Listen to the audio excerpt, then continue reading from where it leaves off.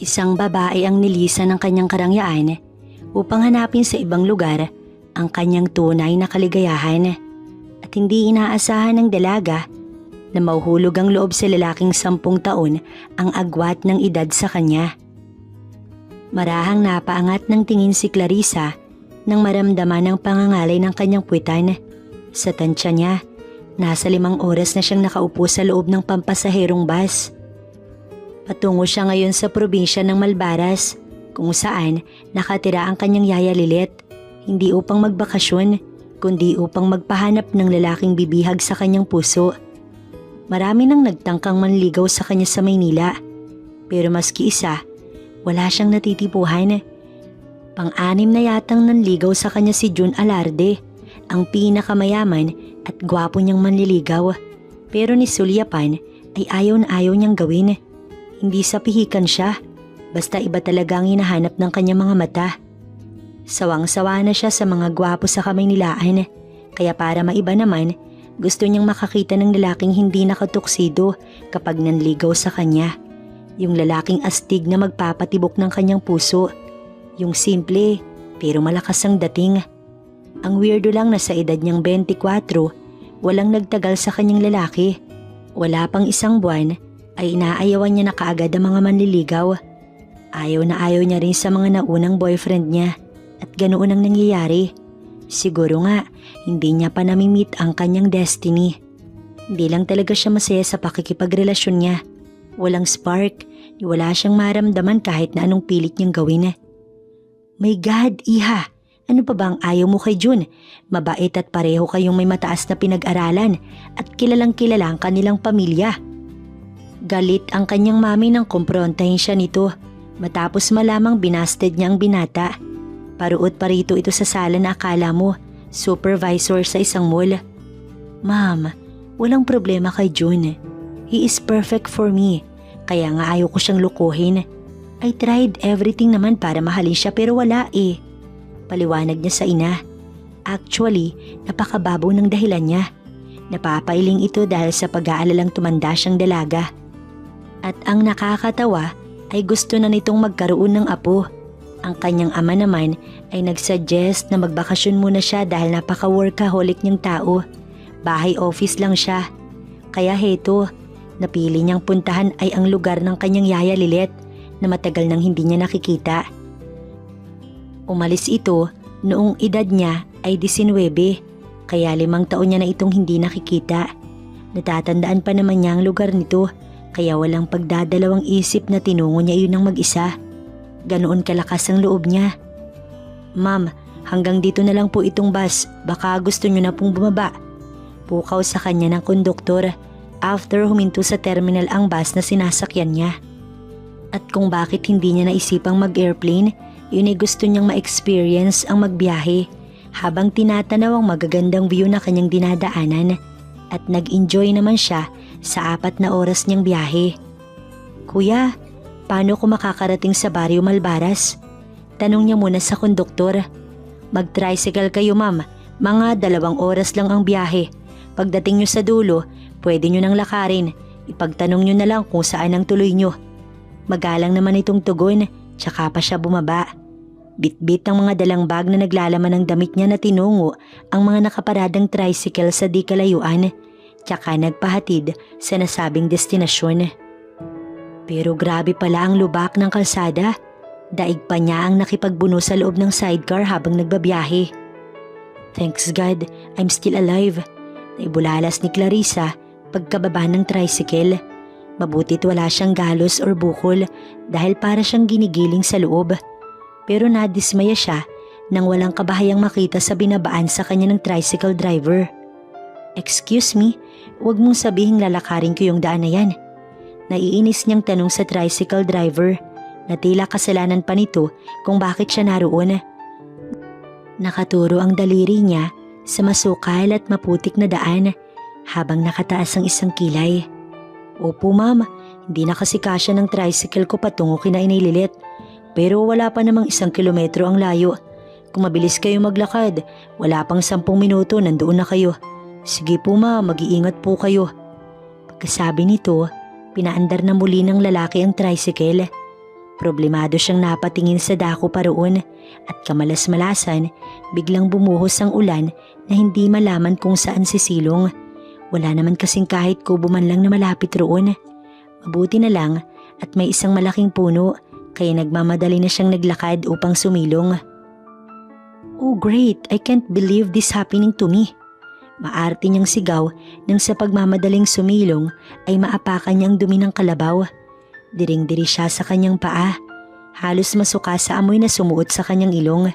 Kung mamalasing nga naman siya, ang hirap talagang maghanap ng destiny. Ew! Yung sapatos ko! Naiinis na napatakip pa siya ng ilong. Nagpapadyak na rin para matanggal ang dumi na dumikit sa kanyang may takong na sapatos. Mabuti naman at tila naawa sa kanyang langit at huminto ang ulan. Pero inis pa rin siya sa duming nasa sapatos. Bukod pa doon para siyang basang sisiw. Kung alam lang sana niya na mangyayari iyon sa kanya. Sana pala hindi na siya nagtungo sa lugar na yun para hanapin ang lalaking kayang magpatibok ng puso niya. Miss, kailangan niyo ba ng tulong? Habang abala sa kanyang paa ay may baritonong boses ang nagsalita mula sa hindi kalayuan sa kanya. Dahil dito, napangiti siya sa ganda ng boses na iyon para kasing musika sa kanyang pandinig. Pero napalis sa mga ngiti niya ng isang balbas sarado ang kanyang nalingunan. Nakasakay pa ito sa kalabaw at sa itsura ng lalaki, mukha itong hindi mapagkakatiwalaan. Baka mapagsamantalahan pa ang beauty niya sa lugar na yun. Bigla niya itong inirapan. Akala pa naman niya, yun na ang kanyang destiny. Pero mas magubat pa ang mukha nito kaysa sa kinatatayuan niyang lugar. Nagkunwaring hindi niya ito nakita. Paki niya ba kung kausapin siya ng lalaki? Yun nga lang, makulit ito dahil nagawa pa siyang lapitan at bumaba ng kalabaw. Miss, ihahatid ko na kayo. Delikado sa inyo ang abuti ng dilim dito sa daan. May gumagalang sawa rito. Pananakot nito at tumalab iyon sa kanya dahil bigla siyang kinilabutan. Tinignan niya ito ng masama. Hindi ka ba rapist? Tanong niya ritong naiinis. Tinignan siya nito sa masungit na paraan matapos niyang pagbintangan itong rapist. Ako na nga itong nagmamalasakit sa inyo. Ako pa itong masama. Bahala na ho kayo. At nagmamadali nitong inutusan ng kalabaw na lumakad na matapos sumampa. Kaya nagkukumahog siyang hinabol ito. Okay fine, I'm sorry, sige na. Kailangan ko na ng tulong. Pwedeng ihatid mo ko kina Yaya Lilet? Napipilitan itong nilingon siya at inutusang huminto ang kalabaw. Tiyahin ko siya. Katabi lang ng bahay niya ang amin kaya sumabay ka na. Pagkasabi nito ay muling bumaba ang lalaking mukhang sanggano at isinakay ang bag niya sa balsa. Hep hep, react niya nang akmang hahawakan siya nito. Wala pa rin siyang tiwala sa lalaki kahit na sinabi na nitong pamangkin ito ng kanyang yaya. Mukha pa namang madumi ang kuko ng lalaki. Malay niya ba kung saan ito inihawak yun? Alam niyo kayo mga taga Maynila, napakaarte niyo. Pareho lang naman tayong mabaho ang utot. Inis na sabi ng lalaki sa kanya. What? Excuse me? Hindi utot ang naamoy mo kundi dumi ng kalabaw na dumikit sa sapatos ko. Iritable niyang bulyaw rito na hindi naman pinakinggan ng lalaki dahil bigla na lang siyang umangat sa kinatatayuan at sa gulat niya ay nagsisisigaw. Binuhat lang naman siya ng balbas saradong lalaki na parang papel at isinampa sa ibabaw ng kalabaw. Ibaba mo ko rito! Sa takot ay lalo siyang napasigaw at napahawak sa dalawang kamay nito. Hindi pa kasi niya nararanasang makasakay ng kalabaw sa tanang buhay niya. Mamaya mahulog siya doon. Pero hindi naman nangyari dahil sa higpit ng kapit niya rito, imposible iyong mangyari. Titigilan pa itong napatingin sa kanya. Kala ko ba mukha kong rapist pero gusto niyo kong yapusin? Masungit nitong wika. Napairap siya sa lalaki. Ang kapal ng muka. Napaka-juicy, mukha namang kriminal. Kung mahulog ako't masira tong maganda kong mukha, Ber. Sigaw niya rito na hindi magawang bumitaw sa lalaki. Naiiling ito na sumampa sa may unahan niya. Aalis na tayo. Humawak kang mabuti. Sayang naman kasi ang maganda mong mukha pag nahulog ka. Nasa tono nito ang pangaasar, kaya inis niyang hinampas ang likod nito. Wala siyang choice ngayon, pero humanda sa kanyang lalaking to kapag nasa bahay na siya mamaya ng kanyang yaya Lilet. Nang masigurong hindi naman pala siya mahuhulog pagkalipas ng ilang sandali, lumuwag ang pagkakahawak niya sa lalaki. Paano niya tayo nakakayang dalawa? Ganun ba siya kalakas? Namamangha niyang tanong sa lalaki. Mas malakas ang kalabaw kaysa sa tao. Kaya niyang magbuhat ng 5 sakong palay. Talaga? Sinilip niya pa ang balbasarado nitong muka. Wala marahil itong pambili ng shave dahil sa kapal ng balbas nito. Mabuti na lang at bumawi naman ito sa pabango. Mukha naman itong naliligo araw-araw. Bahagya pang lumayo si Clarissa sa lalaki nang mawala ang takot sa ibabaw ng kalabaw. Yun na yata ang pinaka-creepy moment sa kanyang buhay. Pagdating nila sa bahay ng yaya Lilet niya, naunang bumaba ang lalaking balbasarado. Huwag mo kong hahawakan, kaya kong bumaba. Mataray niyang saad nang akmang ibababa siya nito. Pero tila wala itong narinig na hinawakan siya sa magkabilang bewang. Diring-diri siyang napatingin sa dumikit nitong braso sa kanya. Tsaka patulak siyang lumayo nang mailapag ng binata. Sa dinami-dami ba naman ng lalaking pwedeng tumulong sa kanya ay ito pa.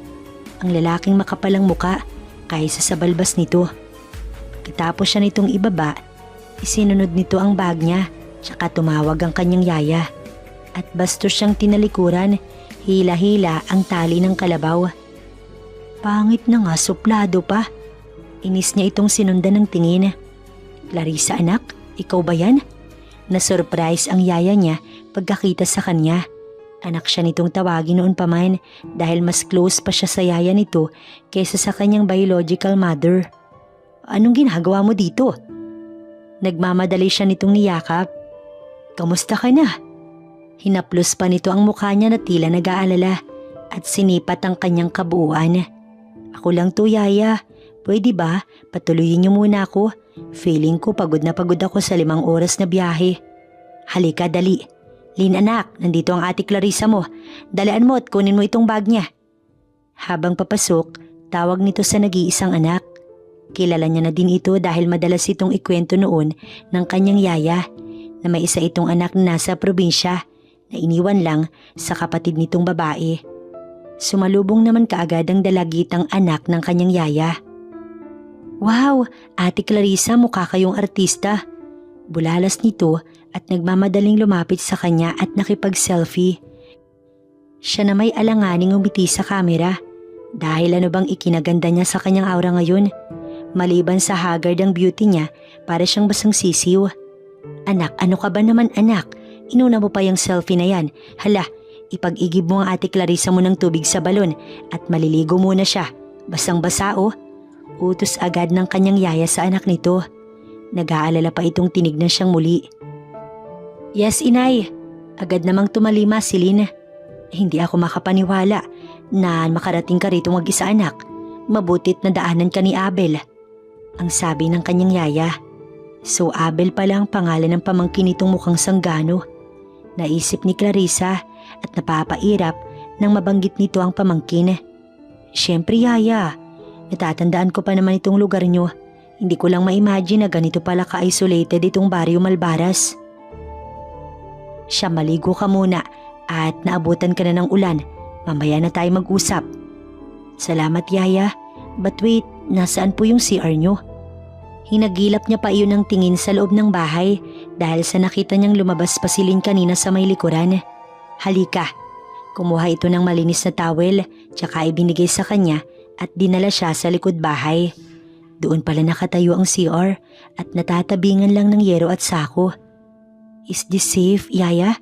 Baka naman mabusuhan ako rito. Walang mga ngahas na mambastusay dito anak. Takot lang nila sa pamangkin ko. Hala, maligo ka na. Wika nito. Napairap siya nang maalala na naman ang pamangkin ng yaya. Pero hindi na siya nag-react pa na pumasok na sa banyo. Dahil sa totoo lang, kanina pa siya diring-diri sa kanyang sarili. Nagpakasawa siya sa malamig na tubig na inigib pa ni Lynn. Saktong paglabas niya ng banyo, nakita niyang papasok sa isa pang banyo ang lalaking kinaiinisan niya. Walang iba kundi si Abel. Lahat pala ng banyo sa probinsya nasa labas ng bahay. Ang weird. Mahigpit niyang nahawakan ng towel na nakabalabal sa kanyang katawan nang sulyapan siya nito. Tigilan ng lalaki nang mapatingin sa kanya. At hindi nakaligtas kay Clarissa ang kakaibang titig ni Abel sa kanya. Pakiwari niya'y tumatagos iyon sa kanyang kalamnan. Hindi naman madumi ang utak niya, pero marunong siyang kumilatis ng tao. Pinagnanasaan lang naman siya ng isang to. Inirapan niya ito matapos suminto sa kanyang muka ang naglalandas na titig sa kanyang buong katawan. Matagal itong nakipagtitigan sa kanya bago ito tuluyang pumasok sa loob ng banyo. Tsaka pa siya kinabahan sa uri ng titig nito na para siyang hinuhubaran. Madali siyang pumasok sa loob ng bahay. Ano nga pala ang plano mo dito sa amin, Ate Clarissa? Tanong ni Lynn sa kanya habang kumakain na sila ng hapunan. Actually, nandito ako not for vacation, kundi gusto kong maghanap ng magiging boyfriend. Nakangiti niyang tugon sa seryosong boses, kaya naibuga ni Yaya Lilet ang sinusubo nitong gulay. Si Lynn naman napangiti. Ano ka mo anak? Boyfriend? Tila gulat na gulat ang kanyang yaya. Bakit Ate Clarissa, wala po bang lalaki sa syudad? Balik na tanong sa kanya ni Lynn. Meron syempre, gusto ko yung kakaiba, yung malakas ang dating kahit na hindi mayaman. Para siyang timang na tumingala sa kisame habang nakangiti na para bang naroon lamang ang lalaking hinahanap. Napasunod naman ang tingin sa taas ng kisame ang mag-ina. Kung ganun Ate Clarissa, bagay kay ni Kuya Abel, wala pang girlfriend yun. Kaso nga lang mahirap paibigin, niloko kasi siya ng taga Maynila, kaya galit siya sa mga taga syudad, galit siya sa mga katulad nyo. Napaismid naman siya nang mabanggit ng lalaki. Niloko ng taga Maynila, hindi naman iyon nakakapagtaka dahil ang pangit ng ugali ng lalaki. Mukha pang rapist, sino magkakagusto rito? Wala na bang ibang lalaki bukod sa kanya? Marami dyan ate pero si Kuya Abel lang ang kilala kong gwapo rito sa Malbaras. Pagmamalaki pang sabi ni Lynn. Ew, gwapo ba yun? Bulong ng kanyang utak pero hindi na lang siya kumibo. Ayaw naman niyang masaktan ng mga ito, lalo pa at kamag-anak iyon ng kanyang yaya. Ang mabuti pa anak, ipasyal mo na lang bukas ang Ate Clarissa mo para hindi naiinip. Deklara ng kanyang yaya. Magandang ideya nga inay, bukas ililibot kita sa magagandang lugar dito ate. At heto pa, maliligo tayo sa ilog. Sigurado ako, hindi mo pa na-experience yun. Masayang sabi ni Lynn sa kanya. Talaga? Bigla ay na-excite siyang maligo sa ilog. Mabuti na lang at nakapagdala siya ng swimsuit. Delikado sa ilog, huwag kayo magtatagal doon. Baka may mga bastos na mapadaan, alam mo naman dito. Ang mabuti pa ay magpasama kayo kay Abel. Ang sabi ng kanyang yaya. I can handle myself, yaya. Don't worry. Gusto ko lang na mag-enjoy dito. Salo ng dalaga. Dahil ayaw niyang makasama ang lalaki. Baka masira lamang ang kanyang magandang mood. Gaano ka nga pala katagal dito anak? Alam ba ito ni na ma'am at sir na pupunta ka dito? Tila nag-aalala ang ginang. Ang totoo niyan yaya, si dadang nakaisip na magbakasyon ako. Masaya niya pang sabi. Oo nga pero bakit hindi sa Europe? Kung alam mo lang ang hirap namin dito. Ang sabi ng kanyang yaya. Marahil iniisip nitong hindi siya makakatagal sa bundok. Ano ka ba yaya? Ayos lang sa akin dito. Basta mag-e-enjoy ako period. Matapos silang kumain, nagugas ng plato ang kanyang yaya. Samantala nagkwentuhan naman sila ng anak nitong si Lynn. Madali nilang napagkasunduan ang plano nila bukas. At nakikinikinita niya na kung paano niya susulitin ang araw niya sa lugar na yun. Bagaman matigas ang higaan, masarap pa din ang tulog niya dahil sa preskong hangin na nagmumula sa bintana ng kwarto. Katabi niya si Lynn sa isang papag at ang ina naman nito ay sa kabilang kwarto. Kinabukasan, pasado 9:00 na siya nagising at wala na siyang katabi. Grabe palang sarap ng tulog niya, malamig kasi. Ang sarap sa pakiramdam niya sa naririnig na huni ng ibon mula sa malalaking puno na nasa harapan ng bahay ni Yaya. Matapos mag-inat, lumapit siya sa bintana upang tignan ang magagandang ibon na nagsasayaw sa ibabaw ng puno. Subalit naagaw ang kanyang atensyon ng isang lalaking tanaw niya malapit sa balon na nagsasalok ng tubig. Napanganga pa siya nang makita ang maskulado nitong katawan. dahil wala iyong suot na damit at naka-boxer short lamang kung saan ay may nakikita siyang bagay dito. Hindi niya akalaing may ibubuga palang magandang katawan ng lalaki. Pero napangiwi siya nang mapadako sa mukha nito ang mga mata niya. Mukha itong ermitanyo. Mang Abel, magandang umaga po. Bati pa ng isang batang babae na napadaan sa balon na pinagsasalukan nito. Bagay lang sa lalaking tawaging Mang Abel. Binati din ito ng lalaki. Kalaunan, napatingin ito sa kinatatayuan niya kaya napairap siyang umalis sa bintana at inayos ang higaan. Bitbit ang tuwalya na lumabas ng bahay upang maligo. Buti gising ka na anak, pinag-igib ko na si Abel ng pampaligo mo. Ang sabi ni Yaya Lilet. Ano ho Yaya? Baka mamaya nilagyan niya ng something ang pampaligo ko. Hindi niya maitago ang inis sa lalaki. Umiti lamang ang ginang. Mabait ang pamangkin ko anak, makakasundo mo siya. Sasagot pa sana siya nang may magsalita sa kanilang likuran. Kung may ilalagay man ako sa pampaligo mo, yun para bumait ka. Ikaw na nga itong tinulungan kahapon, ikaw pa itong galit. Hindi ka man lang nagpasalamat sa serbisyo ko. Ang sabi ng mayabang na lalaki.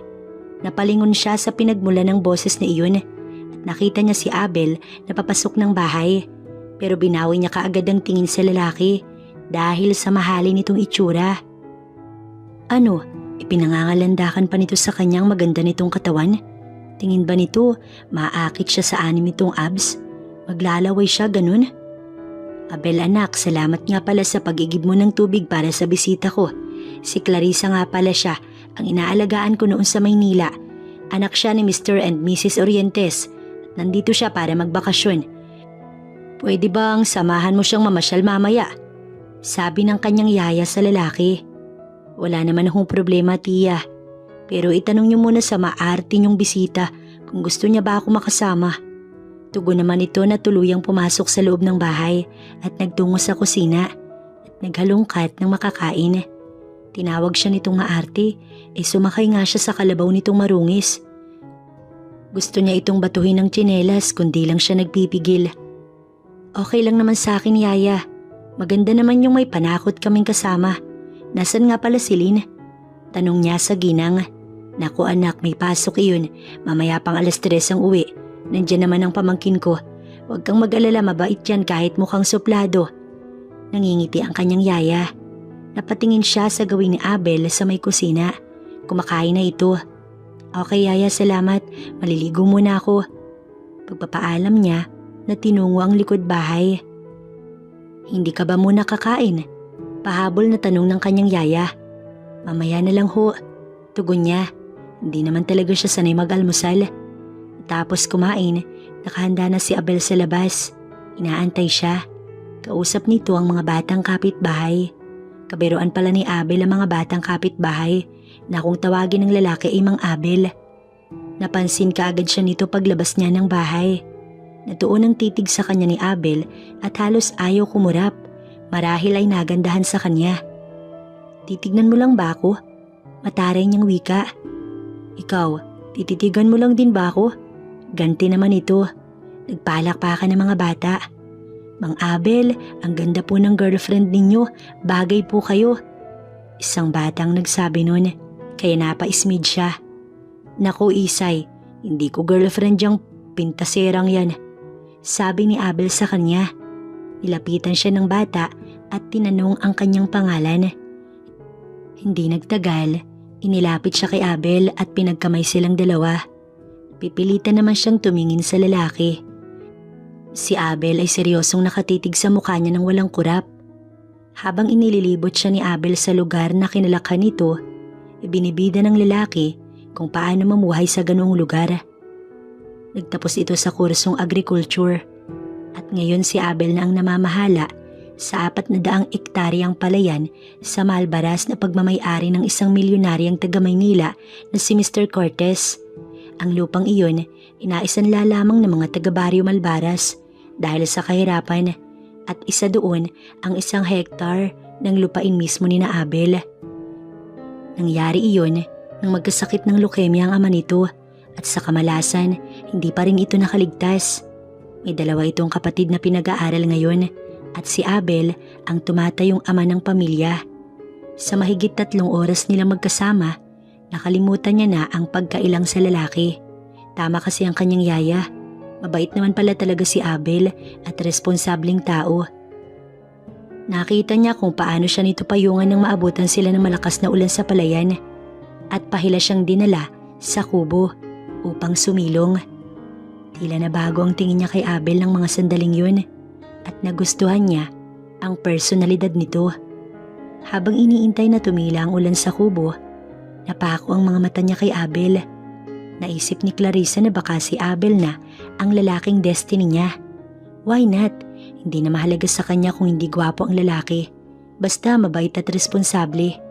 Oo nga pala, ayaw nito sa mga taga-syudad. Huwag mo kong tignan na parang magnanakaw. Saway nito sa kanya sa matagal niyang pagkakatitig kay Abel. Kunwari ay inilipat niya ang paningin sa malawak na lupain. Hindi ka ba nagtataka kung bakit ako napadpad sa baryo na to? Tanong niya sa lalaki. Sabi ni Tia para magbakasyon. May iba ka pa bang rason?